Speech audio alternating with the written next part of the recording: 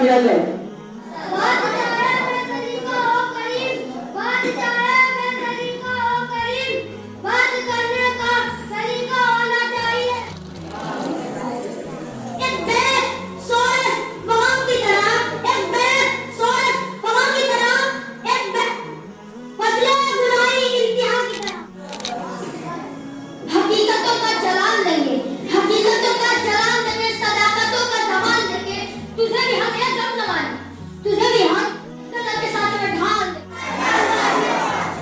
यकीन अमल अमल में हम मोहब्बत पाने आलम, यकीन अमल अमल में हम मोहब्बत पाने आलम। जाने जिंदगानी में है ये मर्दों की न फलस्फी से न मुल्ला से है अर्ज मुझको, न फलस्फी से न मुल्ला से है अर्ज मुझको, ये दिल की मौत का अन्वेषण नजर का फंसा।